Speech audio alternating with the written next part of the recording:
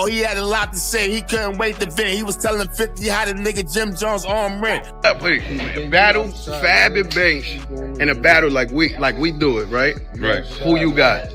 Space. Fab or Banks. You know what I'm saying?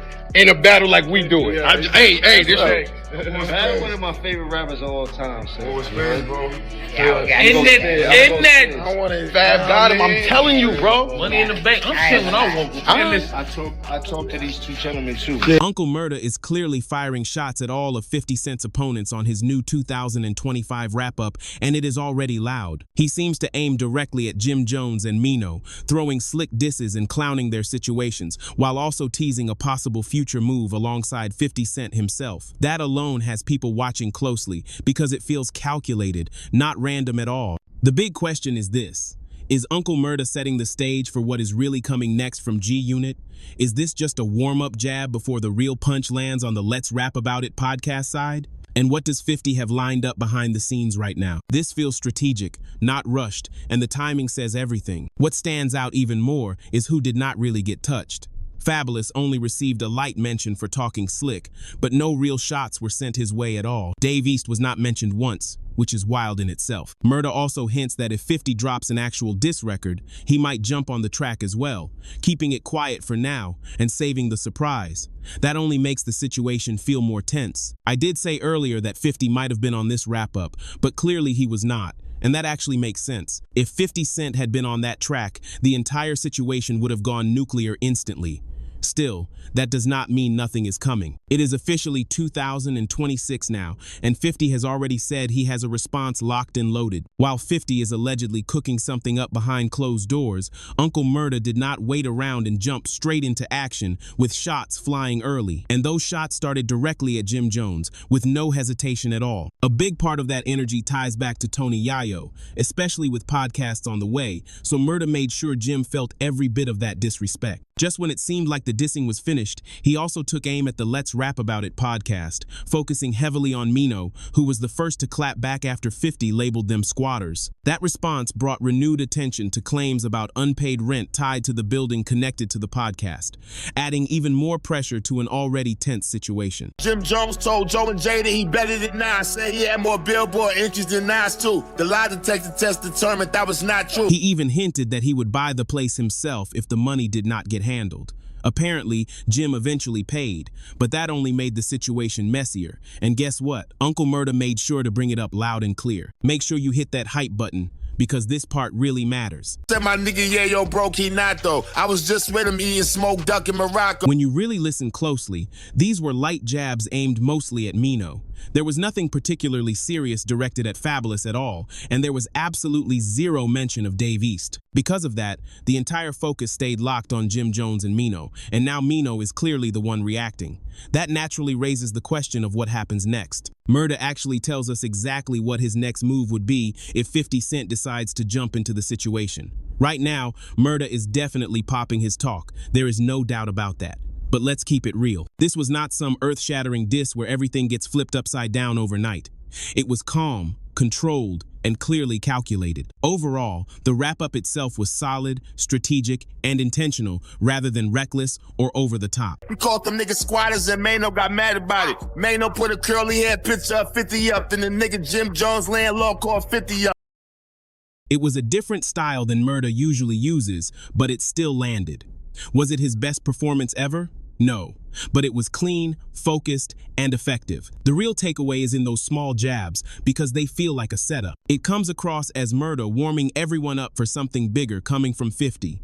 The new year has just started, and 50 never stays quiet for long. He is not the type to let something like this slide. They put a freestyle out, all four of them. Fab shit was slick, but right now 50 ignoring them. If he do respond, I might be on that song with him. Tell the engineer to punch me in when he done recording. And how he responds next is the real question hanging in the air right now. The truth is, nobody really knows what is about to happen here. A lot of people are already talking crazy, saying 50 Cent is scared or that he is not going to respond at all. Others think he might tap back into that old school G-Unit mindset and shake things up the way he used to.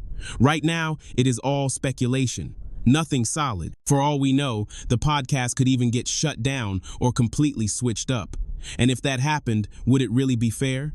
That is debatable. Everybody keeps saying to keep it hip-hop and wants to hear everything on wax. But let's be honest for a second. We do not always get what we want. It is not the early 2000s anymore. Even if people miss that era where every call-out demanded a response, the reality is 50 is not obligated to answer anyone. He does not have to do a thing, and that is just the truth. Now, with that said, let's not act like 50 does not enjoy being petty enough to jump in the booth if the mood hits. He has not been dropping music to chase billboard spots or radio spins lately, but he has been recording for shows, movies, and soundtracks behind the scenes. That is a different lane, but it still keeps him active. The real question is this: does 50 flip the switch and go full demon time like back in the day? Or does he let this one slide and keep it moving? That is what everyone is waiting to see. Are we really about to get a full-blown comeback diss like a How to Rob moment all over again? Probably not. People keep swearing they already heard something like a ghetto Fabolous moment, but I am not buying that at all. One thing is for sure though, 50 Cent is always going to make noise in his own way, on his own timing. That man is not scared. Let's be real about that. We also have to recognize who the bigger brand is here. If 50 decides not to respond, is that really a loss? No. Most people will not even remember this situation a few months from now. Everybody gets their moment, and that is just how it goes. This whole diss talk from the Let's Rap About It podcast fades fast if 50 never acknowledges it. The only way it stays alive is if 50 reacts in any way at all. Now, if he does respond and the internet is not impressed, then maybe people try to spin it as an L. But let's be honest, it is incredibly hard for 50 to take a real loss when the internet already leans his way. He has leverage, influence, and attention on lock. That is power. Just look at the bigger picture. Vegas picked 50 to perform on New Year's Eve. They are not calling Fabolous for that slot. They are not calling Jim Jones either. That alone tells you exactly where 50 still stands right now. They are not picking Maino, and they are definitely not picking Dave East either. Let's keep it real. In today's climate, not enough people are fully locked in with them like that. Does that mean they do not matter at all? No. Not exactly. In the music world, they still have their lane, but right now that lane is limited. Meanwhile, 50 Cent is never irrelevant, and that is just facts. He keeps ringing bells no matter the era. He has actually been the most streamed New York artist for the third year in a row, which is wild, but not shocking. It is 50. We have seen this movie before. His name, his brand, and his celebrity just keep getting bigger, and that is exactly where his leverage comes from. That power matters. So now the real question is, does he respond? Nobody knows for sure, but it feels possible. Uncle Murda is low-key hinting, like, if 50 gets in the booth, I'm right there with him. That energy is clear. Maybe we end up with a new G-Unit style track. 50, Murda, maybe Tony Yayo. Who knows? Is that enough to shut everything down? That depends. If the bars hit harder and the energy is higher than what we just saw, then that is a clear win in my book. The real mystery is whether we are about to see a modern G-Unit run. No Young Buck, no Lloyd Banks, just a new version moving differently. So where does this really leave everything right now? Honestly, it feels like that quiet before the storm phase. 50 Cent is sitting back, watching reactions, letting everyone talk themselves into corners. That is usually when he strikes, not when the noise is at its loudest. This whole situation only stays alive if 50 decides to touch it. That decision alone controls the entire narrative. Uncle Murda already showed he is locked in and ready if the call comes. That tells you everything you need to know about where G-Unit's head is at right now. The other side can talk, react, podcast, and debate all day, but none of it really moves unless 50 moves. So now it is a waiting game. Does 50 let this fade out quietly, or does he step in and flip the board just to remind people who still controls the temperature online? Either way, one thing is clear. Everybody is watching his next move, and when it comes, it is going to shake something, guaranteed. So is that lineup really enough to stop the other side? The Lobby Boys, Fabolous, and everybody attached to that energy? Honestly, I do not know. We are going to have to see how this plays out in real time. The bigger question is this: how do you think 50 Cent is about to come based on how Uncle Murda is moving right now? Do you feel like something wild is about to drop any day now, maybe even this week? Time is ticking, because all it takes is one new headline for this whole thing to get buried.